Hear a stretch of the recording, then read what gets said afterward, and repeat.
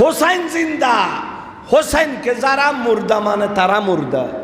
সুতরাং হোসাইনের জিন্দেগিকে অস্বীকার করা মানে কুফুরি। নবীকে যদি কেউ মুর্দা খেয়াল করে সেও কাফের। নামাজের মধ্যে হোসাইনের আদব, হোসাইনকে ভালোবাসা, এটাও নামাজের অংশ। নামাজের মধ্যে নবীর খেয়াল আসলে বলে নামাজ ভেঙে যাবে। আমার নবী নামাজ পড়ছেন, ইমামে আলী মাকাম গিয়ে নবীর পিঠ মোবারকে গিয়ে সওয়ার হয়েছে। সুবহানাল্লাহ। কোথায় গিয়ে সওয়ার হয়েছে? ইমামে আলী মাকাম নবীর পিঠ মোবারকে সওয়ার হয়েছে। সবাই সিজদার মধ্যে সুবহানা রাব্বিয়াল আলা বলছে। সুবহানা রাব্বিয়াল আলা বলতে বলতে জিব্রাইল আলাইহিস সালাম দরবারে রাসালাতের মধ্যে এসে সালাম দিয়ে আরজ করলেন, ইয়া রাসূলুল্লাহ, আপনি সিজদা থেকে মাথা তুলবেন না যতক্ষণ আপনার পিঠ মোবারকের মধ্যে হোসাইন খেলা করেছে। কারণ হোসাইনের পরে যাওয়া, হোসাইনের ব্যথা পাওয়া আল্লাহ তাআলা সহ্য করবেন না। কারণ হোসাইন ব্যথা পেলে আপনি নবীও ব্যথা পাবেন। নামাজের মধ্যে হোসাইন পিঠে থাকার কারণে সুবহানা রাব্বিয়াল আলাকে ৭২ বার পর্যন্ত আল্লাহর পিয়ারা রসুল ইমামে আলী মাকাম ইমাম হোসাইনের মহাব্বতে আল্লাহর হুকুমে সিজদাকে দীর্ঘায়িত করলেন। আমাদের দেশে অনেকে বলে নামাজের মধ্যে নবীর খেয়াল আসলে বলে নামাজ ভেঙে যাবে। নামাজের মধ্যে নবীকে সালাম দিলে বলে নামাজ ভেঙে যাবে। আরে শয়তানরা, দেখে নাও, এটা তো নামাজের মধ্যে নবীর খেয়াল নয়, নামাজের মধ্যে হোসাইনের আদব, হোসাইনকে ভালোবাসা, এটাও নামাজের অংশ। এটাও কিসের অংশ?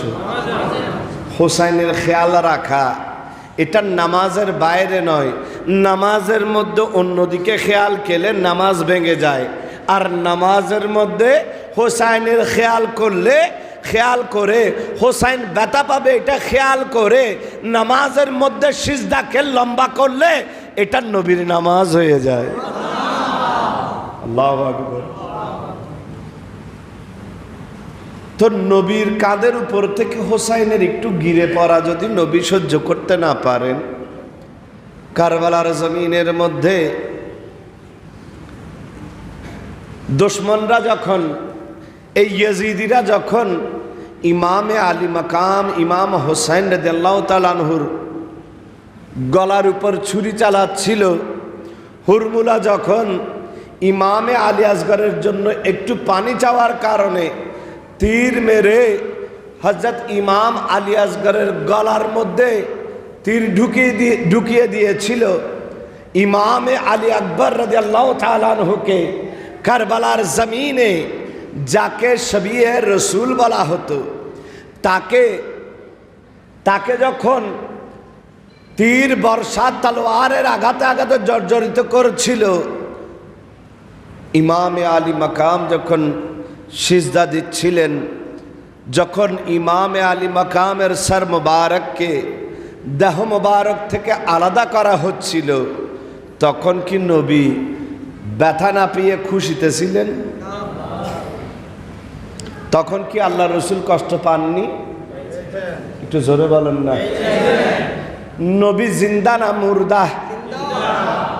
নবীকে যদি কেউ মুর্দা খেয়াল করে সেও কাফের। সে কি? নবী জিন্দা, নবী হোসাইন জিন্দা, হোসাইনকে যে মুর্দা খেয়াল করবে সে কাফের। সে কি?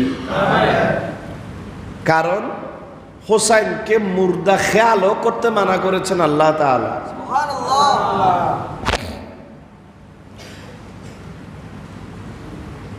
ولا تقولوا لمن يقتل في سبيل الله أموات ওরে আল্লাহর রাস্তায় হোসাইন যখন কারবালার জমিনে শহীদ হয়, তোমরা তাকে মুর্দা বলো না, মুর্দা বলো না, বল আহিয়া, তারা জিন্দা, তারা জিন্দা, ওয়ালাকিন লা তাশউরুন। যারা হোসাইনের জিন্দগিকে এহসাস করতে পারো না, হোসাইনের জিন্দগিকে যারা অনুভব করতে পারো না, তারাই মুর্দা। তারা কি? তারা হোসাইন জিন্দা, হোসাইনকে যারা মুর্দা মানে তারা মুর্দা। আল্লাহর কাছে হোসাইন একটু জোরে বলেন, হোসাইন আল্লাহর কাছে হোসাইন জিন্দা। হোসাইনকে যারা মুর্দা জানে তারা কি? মুর্দা। সুতরাং হোসাইনের জিন্দগিকে অস্বীকার করা মানে কুফরি। হোসাইনের জিন্দগিকে অস্বীকার করা মানে